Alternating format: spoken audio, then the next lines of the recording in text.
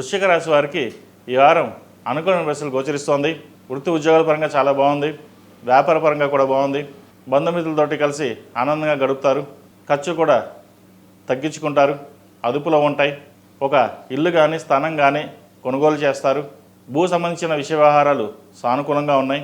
అయితే రిజిస్ట్రేషన్ విషయంలో కొన్ని జాగ్రత్తలు తీసుకోవాలి. డబుల్ రిజిస్ట్రేషన్ కాకుండా చూసుకోవాలి. దూర ప్రాంత ప్రయాణం నుండి వచ్చే శుభవార్తను వింటారు. సంతానం సంబంధించిన విషయ వ్యవహారాలు సానుకూలంగా ఉన్నాయి. మంచి అభివృద్ధిలోకి వస్తారు. ప్రభుత్వ ఉద్యోగం కానీ ప్రైవేట్ సంస్థల ఉద్యోగం కానీ వచ్చే అవకాశం గోచరిస్తోంది. సంతానం వివాహం చేయాలి అనే యోచన చేస్తారు. మంచి సంబంధం కుదురుతుంది. అదేవిధంగా మీకు ఉన్న పేరు ప్రఖ్యాతలు నలుగురు మెచ్చుకోవడం అది కొంతమందికి నచ్చదు. మీరు బాగా పేరు ప్రఖ్యాతలు తెచ్చుకుంటున్నారు, నలుగురిలో మంచి అవగాహనతో వెళ్తున్నారు అనే ఈర్ష్య భావాలు ఎక్కువగా ఉంటాయి.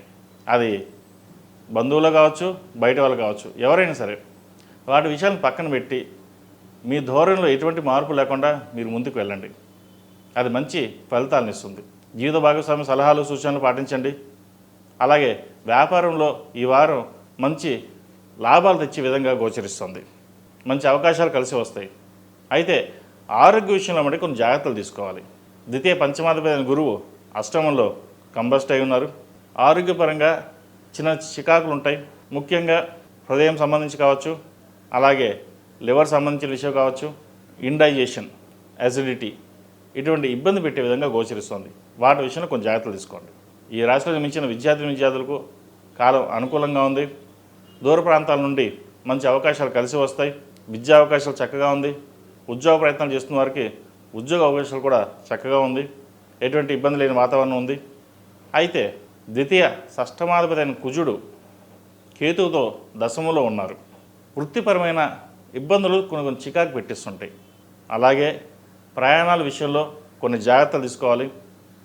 ఏదైనా సరే సుబ్రహ్మణ్య స్వామికి అభిషేకం చేయడం, అర్చన చేయడం, సుబ్రహ్మణ్య అష్టకం చదవడం చెప్పదగిన సూచన.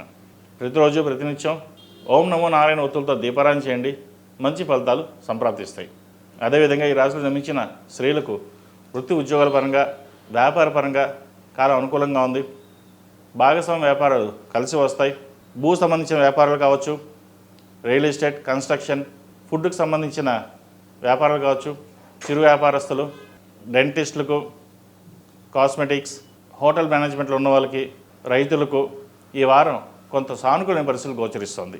కష్టైఫలం లేనట్టుగా మీ కష్టం తగిన ప్రతిఫలం ఈ వారం కొంతవరకు లభిస్తుంది.